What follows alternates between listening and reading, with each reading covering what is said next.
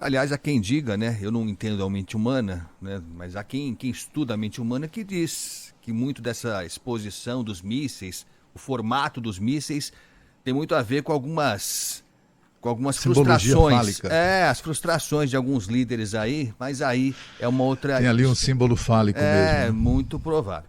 Mas olha só, para falar sobre esse combate, que para muitos está se estendendo mais do que Putin imaginava de início, a gente não sabe, né? Porque as informações seguras mesmo talvez nunca sejam reveladas, pelo menos não nesse momento. Mas o que tem de concreto é que houve uma reunião, até longa, entre o presidente norte-americano e o presidente chinês, e do outro lado, o presidente ucraniano está, parece que, tentando sinalizar para uma retomada de conversas em busca da paz. Mas para falar sobre isso, Cláudio Humberto, para nossa satisfação, está com a gente o professor de Relações Internacionais da FMU, o professor Manuel Furrella. Professor, muito obrigado por atender mais uma vez aqui a Rádio Bandeirantes. Bom dia para o senhor. Bom dia a todos. Cláudio, faça a pergunta, por favor, para o professor. Então, professor, olha, aliás, professor, eu quero só antes disso, fazer um preâmbulo ali.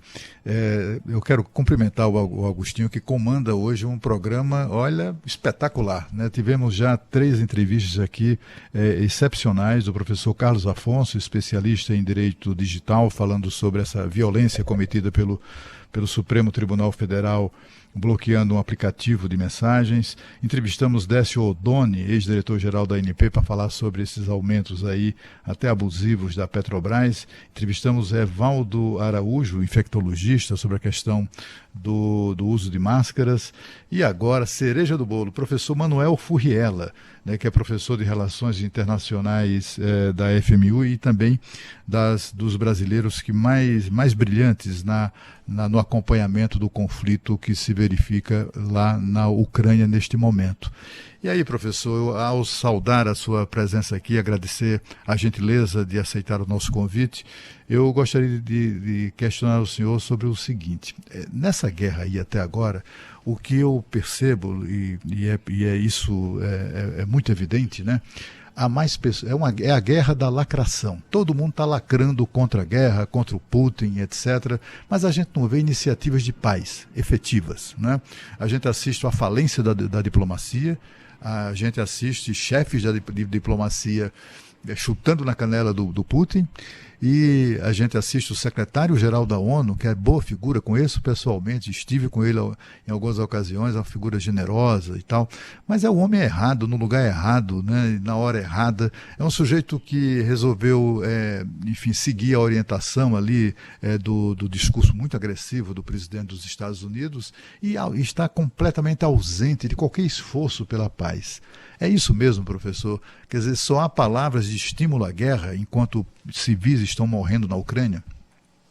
Sim, você tem razão. Inclusive, quando o Ocidente, por exemplo, anuncia o envio de armas para a Ucrânia, neste momento eu acho um equívoco.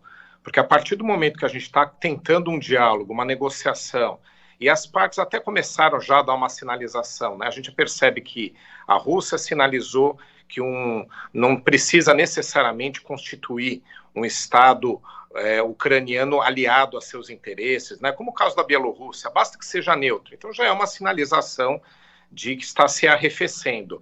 E a Ucrânia também sinalizando que talvez não precise insistir no seu ingresso da OTAN. Então, quer dizer, as principais partes envolvidas já dando uma sinalização, né, de que pode-se começar a construir uma oportunidade de acordo. Então, o envio de armas para a Ucrânia, neste momento, por exemplo, não é algo que possa colaborar nesse sentido. Então, as decisões, todas elas que envolvem questões militares, elas não devem ser tomadas assim de uma forma abrupta. Então, a tua análise está completamente certa. O que compete ao mundo ocidental nesse momento e às organizações internacionais, né, principalmente a ONU, é buscar uma aproximação das partes e um diálogo. Se você acelera as sanções econômicas, se você anuncia envio pesado de armas à Ucrânia, neste momento podem não ser as melhores decisões, né, as sanções e o envio de armas. Pode chegar um momento que isso seja o melhor a se fazer, até porque também tem que haver uma reação ocidental. Mas no começo de um conflito, onde já há um começo de conversa também no sentido de diálogo, se o Ocidente, ou seja, os estados que estão fora diretamente do conflito, não colaborarem com o diálogo e colaborarem em deixar o clima ainda mais quente, você prolonga a guerra. E é aquilo que não interessa a nenhum de nós, principalmente aos civis ucranianos, à população comum, que fica sendo vitimada por um conflito que propriamente ela não teve nenhuma colaboração, não teve nenhuma ação por parte desses civis que levasse a serem atacados. Então, eu acho que você está correto. É um momento de diálogo, é um momento que o Ocidente teria que ter esse posicionamento. E a própria conversa que Biden teve com o chefe de Estado da China foi nesse sentido, né? A China indicou que a guerra não interessa a ninguém, que tem que se partir para o diálogo e que as sanções internacionais não são a melhor medida neste momento. Então a gente já vê que não há um consenso internacional em acirrar o conflito. Acirrar o conflito não interessa a ninguém, não colabora com a resolução desta questão e só fica prolongando o sofrimento dos civis, do cidadão comum que vive no país e fica sendo aí vitimizado todo dia. Mas, professor, essa foi uma posição da China, né? A China, uma ponderação da China que é muito razoável, né? Muito razoável, necessária até. Mas na véspera da reunião com a China, o Biden chamou o Putin de ditador sanguinário. No dia anterior já tinha chamado de criminoso de guerra. Quer dizer, o Biden, aparentemente, a estratégia do Biden é outra, não é a de absolutamente da paz. Ele quer, desde o começo, aliás, o Biden vem sempre fazendo discursos muito agressivos em relação ao Putin, que não parece ser uma figura muito tolerante a isso, né? Eu acho, inclusive, atribuo grande parte de tudo isso a essa agressividade do Biden o tempo todo chamando o Putin para a briga. Por que isso? Onde é que o senhor identifica o interesse americano? É só atender aos interesses da indústria de armas norte-americana, como disse recentemente uma ex-deputada, uma ex-congressista democrata, inclusive, né, denunciou isso. É só isso? É só o interesse da indústria de armas? Ou é um interesse estratégico, eventualmente, até de subjugar a Rússia? Né? Se for isso, vai ter guerra, né? Enfim, aqui o senhor atribui esse comportamento do Biden que não tem uma palavra pela paz. O Biden é sempre insultando o tempo todo uma das partes, que é o russo lá, que é o presidente russo, e é um sujeito que é autocrático. Ele não é muito tolerante a isso, né? O que é que o senhor acha disso? Aqui, como definir esse comportamento norte-americano?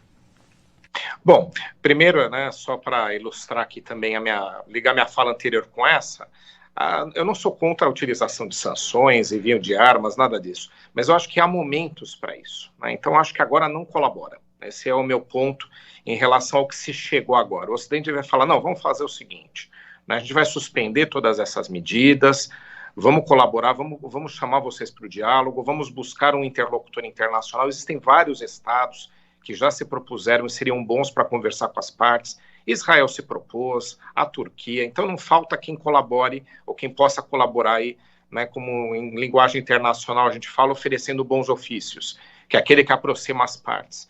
Então acho que deveria ser esta, me parece, agora a postura no momento.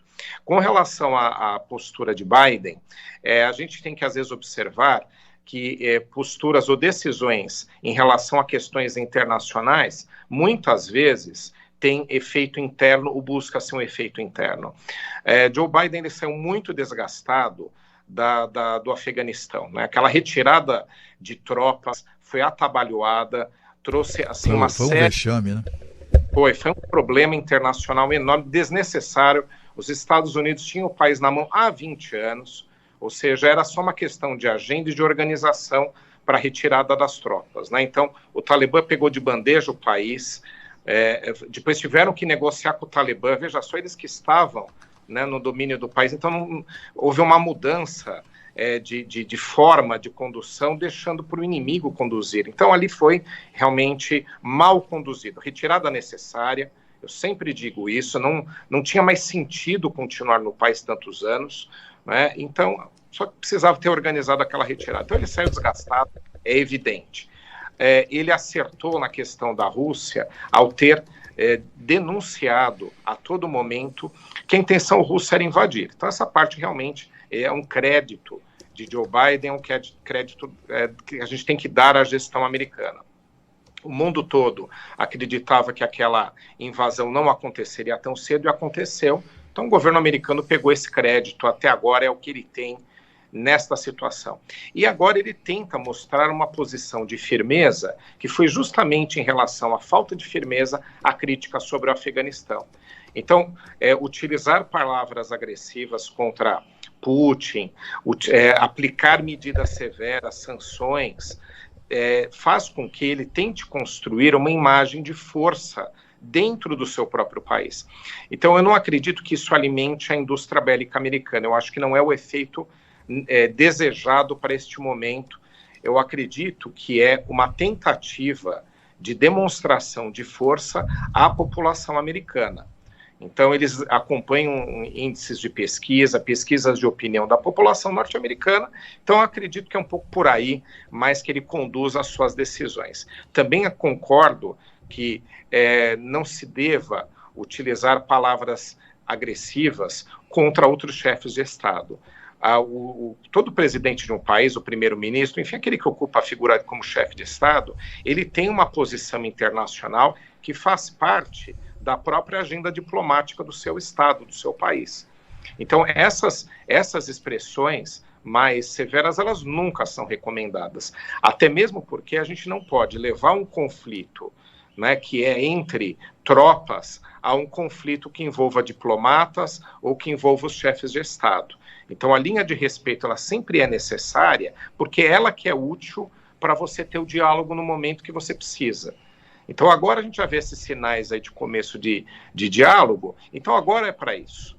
Então, eu não acho útil, eu não acho algo pragmático utilizar essas linguagens, mesmo que um chefe de Estado acredite que o outro tem aqueles adjetivos, né? Tem aquelas qualificações. Então, isso é uma percepção pessoal de cada um. Mas na via pública, na ordem pública, a gente não pode utilizar essas expressões. Elas não são úteis. Elas só servem para acirrar mais ainda o conflito, um conflito que agora é o momento de se buscar uma saída dele, e não de acirramento, de continuidade, de levar sofrimento aí a esses civis, principalmente, né, que não tem nada a ver com a história, e estão sendo deslocados internamente do país, estão se refugiando em países vizinhos e estão sendo atingidos como alvos neste conflito. Então, acho que é esse tipo de agenda que eu acho que os chefes de Estado têm que ter, e é esse tipo de postura, e a linguagem também tem que ser adequada ao cargo. Nós estamos conversando com o professor Manuel Furriela, que é professor de Relações Internacionais da FMU. Professor, o senhor falou dessa possibilidade que parece que se apresenta de uma tentativa de conversa para se chegar a uma situação mais próxima da paz. Se isso acontecer agora, professor, quem perde mais, quem ganha mais? Bom, quem ganha é a sociedade civil, que foi a única que perdeu, na verdade, né? As mortes, essas já estão contabilizadas, os estragos, as pessoas refugiadas, enfim, são vidas que estão perdidas. Isso não há como contabilizar. Mas do lado de Putin e do lado de Volodymyr Zelensky, quem perde mais, quem ganha mais? Eu pergunto isso porque ontem o Vladimir Putin, né, Cláudio, deu uma demonstração de força, superlotando lá o estádio com mais de 100 mil pessoas. Alguns até parece que estavam lá meio obrigados, viu? Parece que não foi assim, aquela coisa espontânea. Mas tudo bem, estava lá, fez a festa dele. Do lado de Zelensky, uma figura que era meio opaca, não tinha nenhum apelo, né? E não tinha nada de muito democrático também, convenhamos, né? Mas que ganhou esse ar de estadista por causa da postura dele, que está surpreendendo mesmo diante desse conflito. Mas se terminar desse jeito, quem sai ganhando? Putin ou Zelensky ou ninguém? Bom, a população civil é a maior vencedora, eu concordo com você. Se a gente encerrar essa guerra, o quanto antes encerrar, há mais possibilidade as pessoas têm de voltar à sua vida cotidiana, não correr risco de serem alvejados, né, no meio desse conflito, podendo voltar a seus lares, enfim, né, o efeito positivo para a sociedade é o principal, e eu acredito que tem que ser o principal objetivo internacional, né? Então você tem essa população sofrendo as consequências do conflito, esse sofrimento ele é severo, a gente tem acompanhado cenas, então acredito que esse é o maior ganho e tem que ser o principal objetivo a ser atingido em rodadas de negociação. A Rússia, a principal perda que ela vai ter aí, né, no final do conflito, independente do resultado, independentemente se ela saia vencedora, se ela conseguir impor aí os seus objetivos, independente disso tudo, é o arranhamento da sua imagem. Porque a invasão, ela é ilegal, ela é irregular. A Ucrânia não criou situações que justifiquem isso. Mesmo que a gente busque tudo que tem sido acusado, a Ucrânia tem sido acusada de ter ligações neonazistas, ela tem sido acusada de atacar, né, alvos civis, isso é muito discutível, porque tinha um acordo de paz. Ela estava vislumbrando aí o ingresso na OTAN, na União Europeia, então nada justifica a invasão militar. A gente tem que deixar isso muito claro.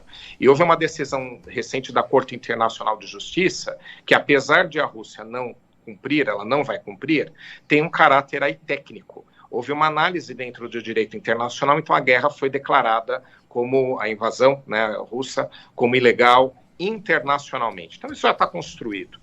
E também, por conta da Rússia, afirmar a todo momento que não ia invadir. A gente lembra disso, faz pouco tempo, né, que essa afirmação era feita constantemente e depois ela invadiu. Então, acho que o desgaste de imagem, de confiabilidade numa relação, a Rússia vai carregar e ela vai ter que se organizar para mudar essa imagem, isso leva tempo. E imagem desgastada de um Estado no exterior, ele não só traz prejuízos econômicos, até porque os grandes contratos de infraestrutura, os grandes contratos internacionais são fechados em negociações entre Estados, então ela vai ser uma parceira a que a comunidade internacional possa ter desconfiança, né? Eu estou sendo técnico aqui, não estou sendo político na minha análise, então esse desgaste vem. Então ela pode demover a comunidade internacional das sanções, isso traz uma retomada, mas a imagem sofre um abalo nesse contexto. Então, esse é um problema. Só que, em termos geopolíticos, em termos de proteção militar, ela sai ganhadora em qualquer cenário, pelo menos é o que a gente visualiza por enquanto. Vamos supor, ela faz o acordo, a Ucrânia aceita não ingressar na OTAN, tá? Um dos principais objetivos dela com o conflito. Não, a Ucrânia vai negociar futuramente, vai repensar. Um Estado desestruturado, como já era a Ucrânia, e vai ser mais ainda a partir de agora, né, com essa invasão, isso vai criar uma situação que dificilmente vai fazer com que a própria OTAN, que já relutava em aceitá-la como parceira, como integrante, como membro, aceite agora. Então, nesse cenário, Putin sai vencedor nesse objetivo militar, digamos assim, geopolítico principal. Então, ele sai. A Ucrânia sai como maior derrotada, porque por uma negociação ela vai ter que ceder. Então, qualquer ponto que ela ceda significa que ela está voltando atrás daquilo que ela não aceitava antes do conflito. Então, ela sai como Estado, como projeto que ela tinha de ingressar na OTAN, na União Europeia, né, em negociação, ela sai derrotada desse projeto. Então, eu vejo uma Rússia com uma imagem desgastada por conta do conflito, mas com vitória militar, vitória geopolítica. E vejo a Ucrânia tendo que ceder pontos que a Ucrânia entendia que não poderia ceder. Eu acho que a Ucrânia perde mais do que a Rússia em geral. Agora, professor, a gente vê que na guerra, né, como se diz, a verdade é sempre a primeira vítima, ou a vítima permanente, né, desse conflito. Todos mentem e no final das contas a gente não a única verdade que resta mesmo, né, aquela concreta, é a do cadáver da população civil, né, gente morta, crianças, mulheres, enfim. Esse é que é o horror da guerra. Mas assim, o que se divulgava, né, já estava se divulgando, em todo o mundo era uma certa fantasia, ou um desejo, na verdade é um desejo, né? De que o Putin estava sob risco, que o pessoal mais próximo dele estava ali tentando e pretendia, já estavam articulando a derrubada dele, etc. e tal. E o que a gente viu ontem, no estádio em Moscou, onde ocorreu a final da Copa do Mundo, né? Foi uma consagração, né? Algumas pessoas podem ter ido para lá, obrigadas como suspeito o Augustinho. Mas olha, na hora em que ele foi ovacionado, né, parecia gol de final de Copa do Mundo, né, quando ele falava e as pessoas reagiam à fala dele, isso mostra que ele parece mais forte do que nunca lá na Rússia, não, professor? É interessante porque o que acontece, né, nesse tipo de situação? O Putin sempre vai ter o discurso de que tomou essas medidas para proteger a Rússia. Então ele vai dizer isso para a população. Você tem uma questão de censura à imprensa, que a gente sabe que tem na Rússia, então a informação é filtrada, ela é manipulada, isso também favorece, obviamente, um pouco ali a construção, junto à população russa, de uma imagem positiva do governo atual. Mas, além disso, o que a gente também tem que perceber é que, às vezes, as pessoas são muito mais utilitárias. Então, o discurso de que a Ucrânia entrando na OTAN traria tropas internacionais para a fronteira é um discurso de risco militar, sim. Então, não adianta a gente não colocar isso aqui na mesa ou não analisar. E o Putin dizer à população russa de que tomou essas medidas com esse objetivo e que quer afastar a presença da OTAN de tropas internacionais da fronteira russa, de uma grande fronteira com a Ucrânia, esse é um discurso que a população, que quem é russo efetivamente, vive no país, vai ouvir isso como algo que talvez, aos olhos de uma parte da população, seja considerado, digamos, um mal necessário. Eu não estou dizendo que justifica a guerra. O que a gente tenta, quando faz uma análise, é ver todos os lados que estão envolvidos, né? Ou ver como que as decisões são tomadas, né? E as percepções, né? Eu, por mim, imaginava que o cenário tinha que ser outro, que a Rússia tinha que ter voltado a uma agenda anterior e tentar ser parceira do Ocidente. Essa agenda chegou a ocorrer nos anos 90. Mas se a Rússia tem uma opção, numa gestão, num governo atual, de ter uma posição, de tentar retomar o seu poderio, ou parte do seu poderio da era soviética, não todo ele, mais parte, é uma agenda que o país tem. Então, dentro dessa lógica, dessa agenda atual da Rússia, afastar a OTAN das suas fronteiras faz parte de uma análise que a gente não pode afastar. E a população russa, o discurso a ela diz que isso a protege de futuros problemas militares, de invasão, etc., tem um grau de apelo. Então você vai ter uma parte da população que vai imaginar que haveria necessidade da guerra, né? Eu entendo completamente que não, a gente já falou disso, mas a gente tem que analisar o que o russo comum vai achar dessa situação, né?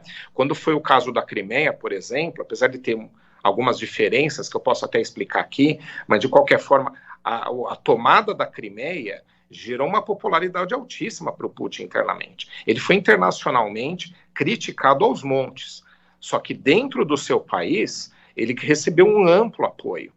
Então, a gente tem que ver como que a população comum vai imaginar esse conflito, né? Então, essa é uma situação que traz para ele algum tipo de apoio. E as sanções internacionais, elas vão começar a afetar severamente a população russa. Isso pode ter um efeito, que é pressionar a população contra o Putin, mas pode ter outro efeito, que a gente já viu em outros países que sofreram sanções. Pode ter um efeito dessa população não botar culpa no governo por conta das mazelas que vai sofrer com as sanções, mas botar a culpa no Ocidente. Aí é uma agenda que não interessa. Perfeito. Por isso que eu falo, as sanções elas têm hora para serem aplicadas, têm dose para serem aplicadas, elas têm que ser estratégicas, senão o efeito pode ser contrário. Perfeito. Professor Manuel Furriela, professor de Relações Internacionais da FMU, foi muito bom mais uma vez tê-lo aqui conosco. Até uma próxima, professor, e bom final de semana para o senhor. Bom final de semana a todos.